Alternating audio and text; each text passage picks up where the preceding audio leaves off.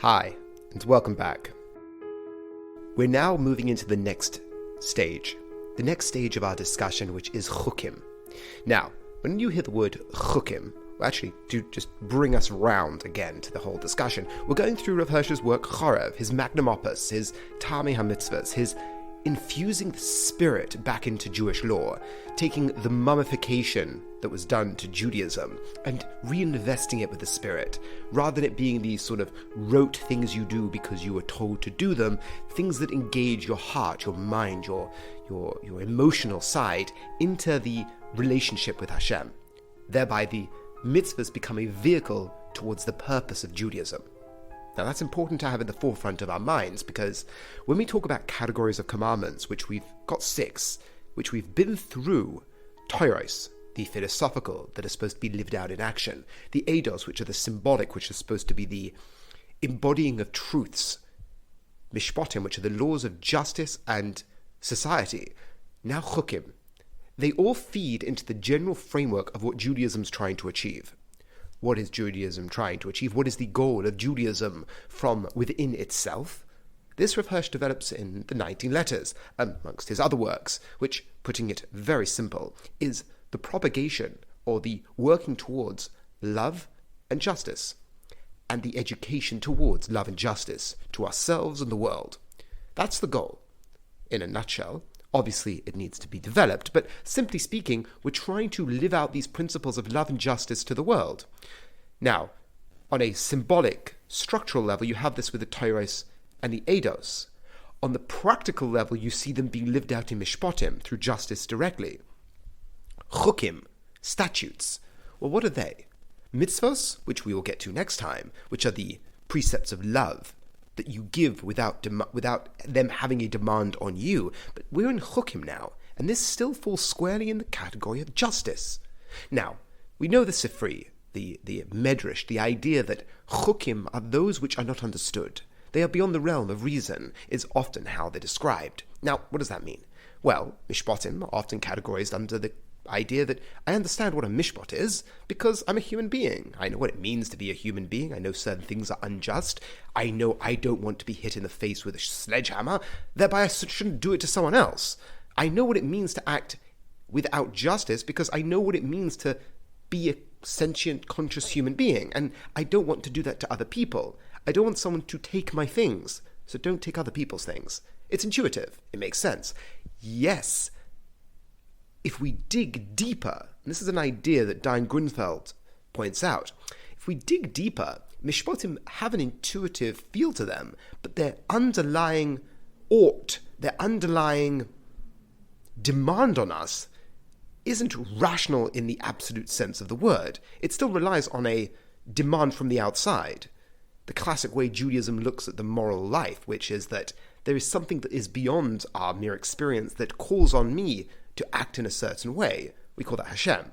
We call that God. We call that the creator of existence. That is still needed. Just because Mishpatim are intuitive doesn't mean you can forego with the ground of demand that we look at the Torah as being. Yes, you can engage in it for societal reasons, for the social contract, for a healthy, stable societal norms, but to demand it of you, even when it would be within your interest to move away from them.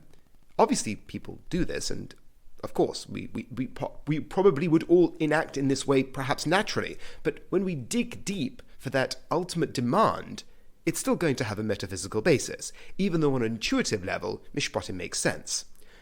Rav Hirsch's innovation when it comes to Chukim is he says they're exactly the same. Yes, Chukim are described as that which cannot be understood, and there's an aspect of that that's true, but not the aspect that I can't ground them in a rational principle.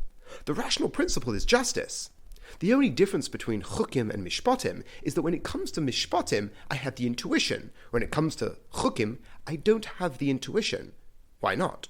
Because when it comes to Chukim, statutes, where is their line of authority? Well, their authority lies in the area of things that I don't actually have the perspective of. I can take the human perspective. Mishpatim, don't steal, don't abuse, don't all these things that demand the human perspective. But Chukim, I cannot take the animal perspective. I can take the animal perspective to the extent that suffering is bad, but to understand why I shouldn't cause pain to an animal, the same argumentation will not work why I can't cause this pain to a human being. I know in modern times they try and blur those lines, but Judaism stands firmly against the blurring of the line. I don't cause pain to animals, maybe because of an intuitive level I don't want to, but it's not the same sort of intuition that plays out when I don't hurt another human being. It's a completely different category. Why shouldn't I mix certain species? Rav Hirsch says because you cannot take the perspective of agriculture. You cannot take the perspective of other creations in God's world. Your soul, what you should eat, what you shouldn't eat. These are all calling, mixing milk and meat. These are all callings to you from a perspective that you cannot take. Tumah, Tahara, the nature of reality that we don't have the perspective of. How I think that will affect me or not affect me isn't up to me to decide, because Chukim play in the playground of principles that I cannot take that perspective. So to perhaps feed in another idea. Eating not kosher food if you're a Jew. Why shouldn't I? That person can say because it's a chayk.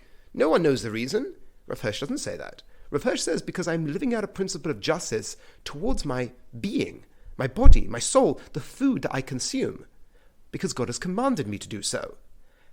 I'm committed that there is a reason at its core that relates to the justice towards myself or the food. Thereby, I don't look at the commandments as being arbitrary. They have a reason. This also follows through in the different midrashim that discuss different people who knew the reasons for certain commandments. But it's worth pointing out that when Rav Hirsch says that, okay, I can see that they're predicated on justice. Now, that basis for saying they're predicated on justice is that God doesn't do things randomly, and God is asking us to live out our lives in the pursuit of love and justice.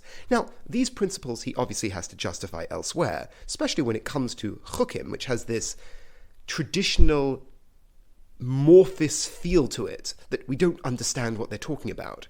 But if Rav Hirsch can structure his vision of the world, that Chukim are predicated on justice, I can then start talking about reasons for the Chukim.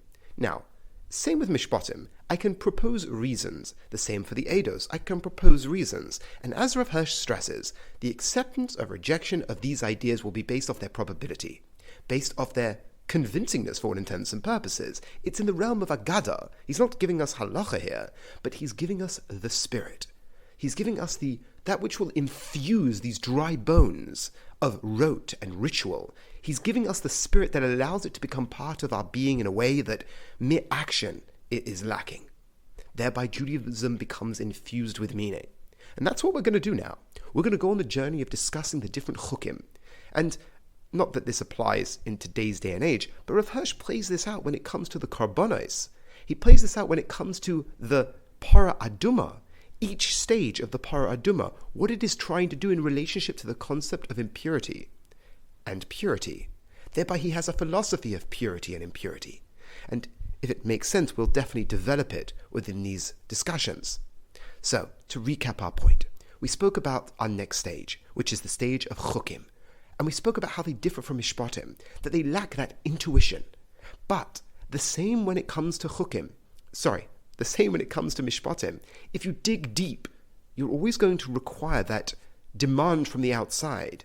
You're always going to require that metaphysical ought that is lacking from a secular perspective. Meaning, when we say Mishpatim are rational, we mean that they have an intuition. You can argue for them based off your humanity. But if I want to argue for the oughtness of it, the converting the is of the being alive to the ought of that it calls on me to act in a way when it's against my self-interest, that still requires something more metaphysical.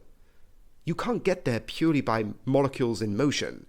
You can get to a whole bunch of arguments why it may be a good idea, but not what we're talking about when we speak about the moral ought.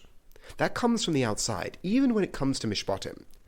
Chukim, obviously you have that as well, but also you don't have the intuition, which is why Chazal tell us that we will be ridiculed by the nations of the world and the Yetzer Hara on the basis of the Chukim, because it lacks that intuition, it lacks that pull. But the answer to that is that it might lack the pull, but it doesn't lack the rational principle of justice. Thereby why I'm engaging in Chukim, I'm engaging in justice. There are premises I don't have. Correct. But on that basis, Rav Hirsch will go on the journey of explaining the Chukim. So, I really do hope you will join me for this journey. If there are any questions, as always, call me or message me at similearner@gmail.com. And yes, have a wonderful upcoming week.